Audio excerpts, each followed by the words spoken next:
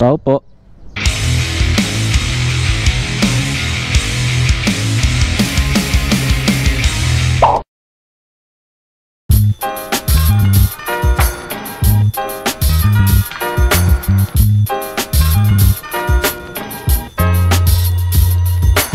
Marquesa is back. Napakasarap talaga ng hangin sa umaga. Kahit nandito ka sa may sentro ng bayan, ay napakasariwa pa rin ng hangin. Tapos makikita mo yung mga mag-iihaw na ganyan sa umaga, oh. Yung mga may bebenta nila ng tanghali. Gimasan? Kung pang dinakdakan ba kasi ay. Tapos inasal nga manok. Wow! Nagana kayo. Ang lakad pala natin ngayon mga tol ay punta tayo ng Bayumbong. Magpapa-emission testing tayo. Supposed to be August tong renewal nito. Pero bakit lumabas dun sa may aking plate number ay nag-e-end siya ng 6. So it means ngayong month ng June. Kaya naman pupunta tayo ngayon magpapa-emission testing. Sa emission naman mga tol ay okay lang kahit 3 months before ng renewal mo ng rehistro mo ay pwede ka na magpa-emission. Advance emission ba? Sa mga hindi nakakaalam, no? Yun, pwede. Sarang lang natin tong visor mga tol dahil baka hindi nyo ako marinig mga tol, no? Yun, no? Ang baba ng ulap mo. Ang gagawin mo na lang ay i-keep mo na lang yung emission form mo sa kamo. Ilalakad kapag meron ng isang buwan before ng inyong renewal ay pwede nang mag-renew ng inyong rehistro. Ganun yun. Sa mga hindi nakakaalam sa mga may alam na wow. Ayan, nandito tayo sa kahabaan ng Bonfal City.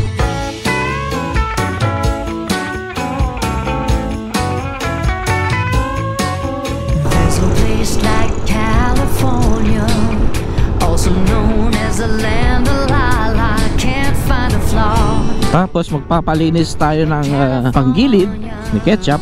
Mamaya maghanap tayo ng trusted motor shop na pagpapalinisan natin ng CVT natin, itong panggilid. Dahil feel ko ay medyo garal-gal na itong takbo na itong si Ketchup, itong arangkada niya. Kaya sa tingin ko ay madumin ang kanyang panggilid. At saka check up na rin kung ano pa yung mga pwedeng palitan. Okay, nasa diversion na tayo sa may traffic light. The one and only and first traffic light dito sa probinsya ng Nueva Vizcaya. Alright. Okay, doon tayo nga sa gitna, sa unahan. Ayan.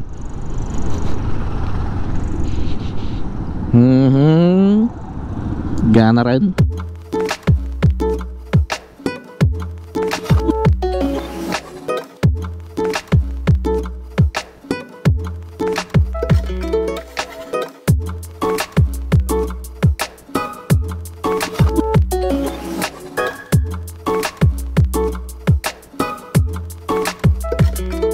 Okay, 10 seconds to go.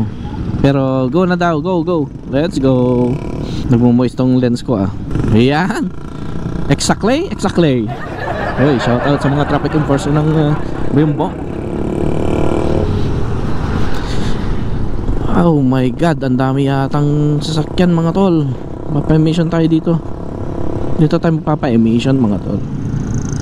Yeah. Let's go.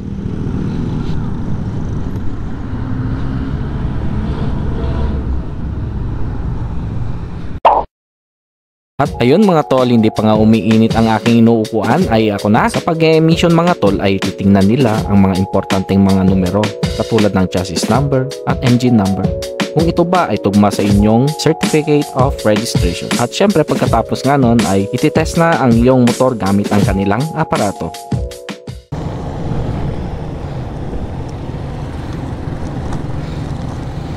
Ayan, so nakuha na nga natin itong ating emission testing form. Ayan, so bigay na natin sa LTO. Pupunta na tayo ngayon sa LTO. Dito lang sa may Capitol mga tol.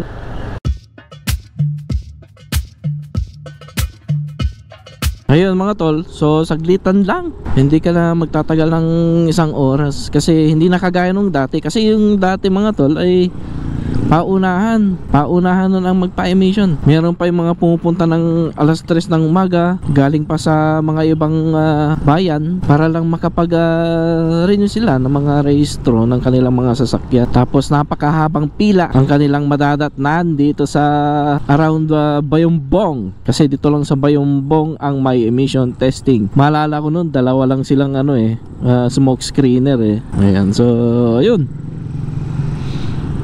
pasok tayo ng Capitol mga tol. Time check, it's 8 o'clock in the morning. Nagkakaroon sila ng flag ceremony.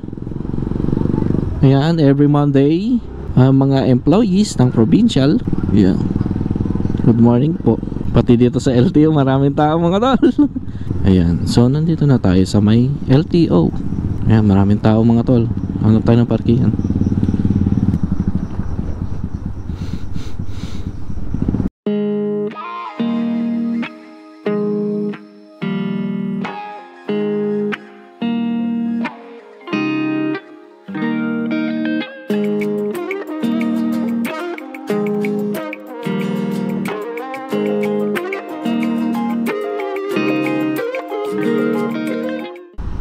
Ayun mga tol, so larga na tayo. Hindi ko na ipapakita yung papel ko kasi naitago ko na. Let's go! Ngayon ay daan naman tayo sa may gate 1, SMU gate 1 mga tol.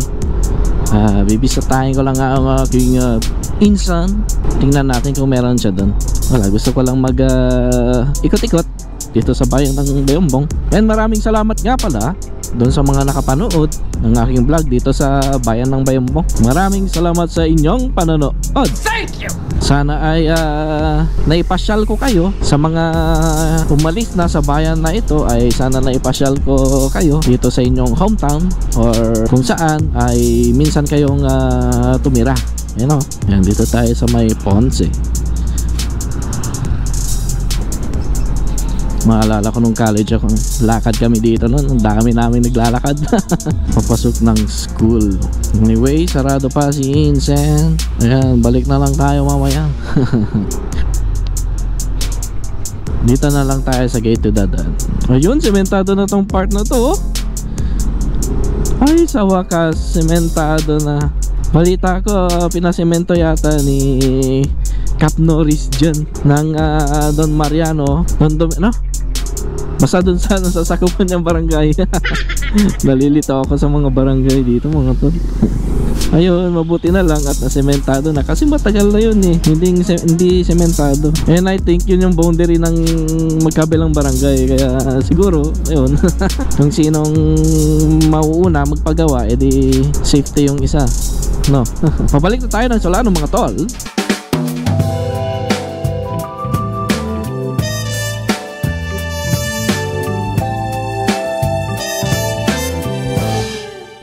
And we're back to Solano mga tol.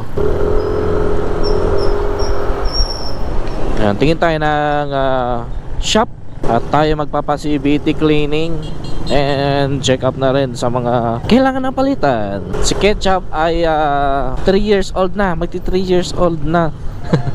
Sa akin sa August, 1 ng August. Silipin natin yung shop dito kung okay sila, kung wala pa masyado, kung bukas na ba o sarado pa. Let's see. Mukhang sarado pa mga tol.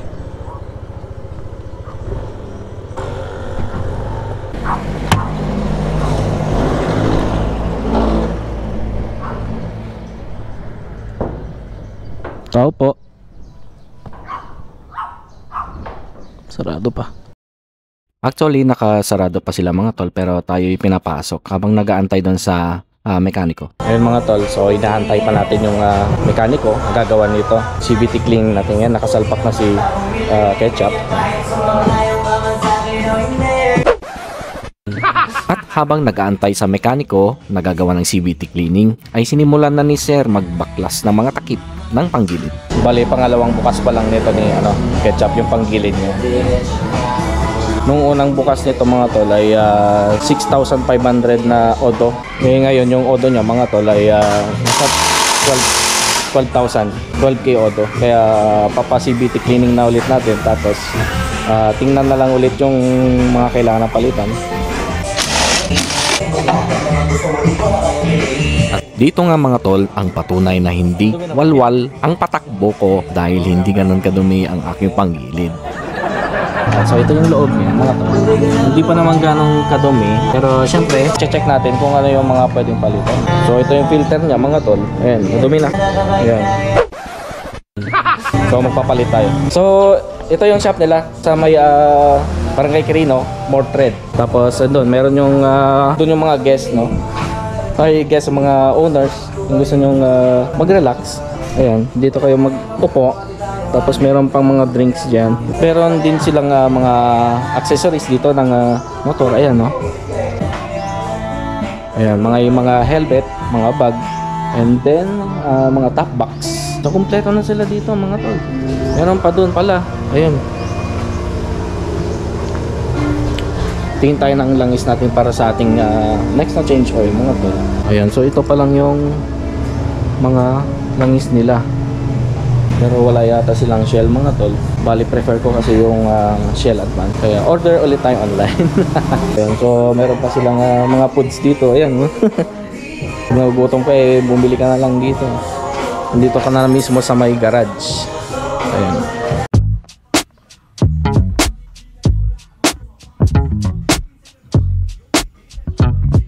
So ayos pa yung flyball natin mga tol. Ayan.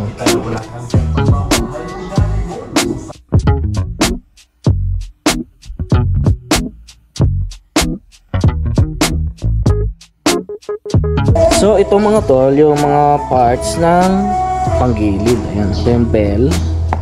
And then ito yung tawag basta yun.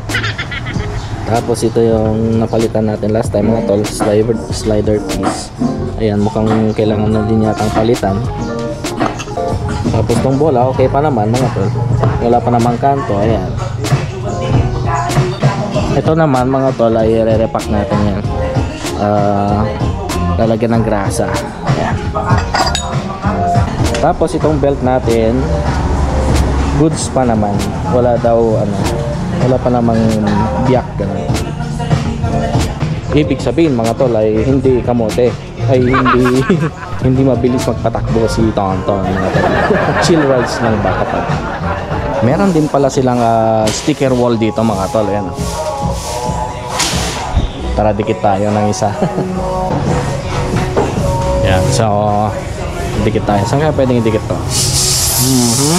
Ayan, dito.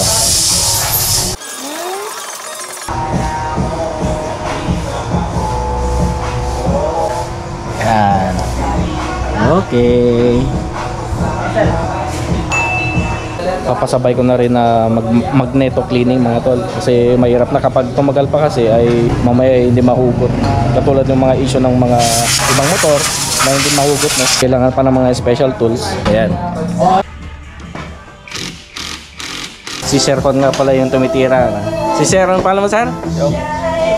John Deo. John Deo, ayan. Yung tumitira na CVT natin mga tol. Saka si Sir. Sir, pangalan mo Sir? Yun. Baklas na yung hindi pa nababaklas dito sa ating motor mga tol. Pasabay na natin lahat ngayon mga tol para hindi pabalik-balik.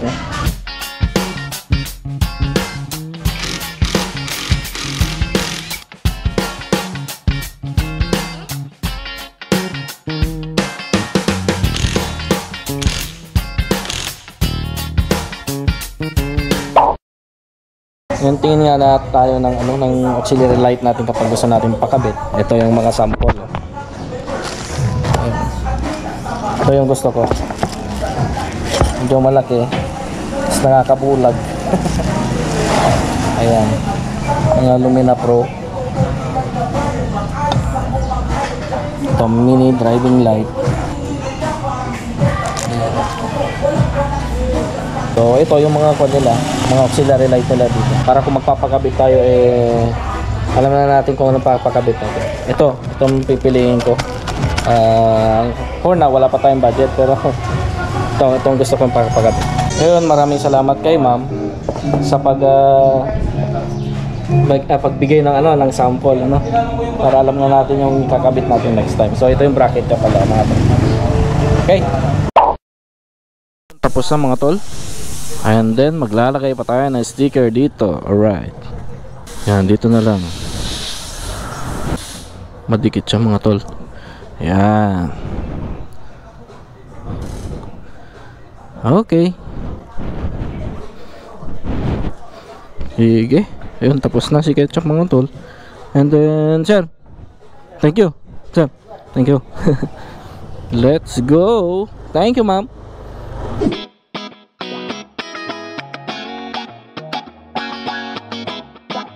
At ayun mga tol, natapos ang ating CVT cleaning. May dagdag ko nga lang pala mga tol, yung magneto ay hindi natanggal.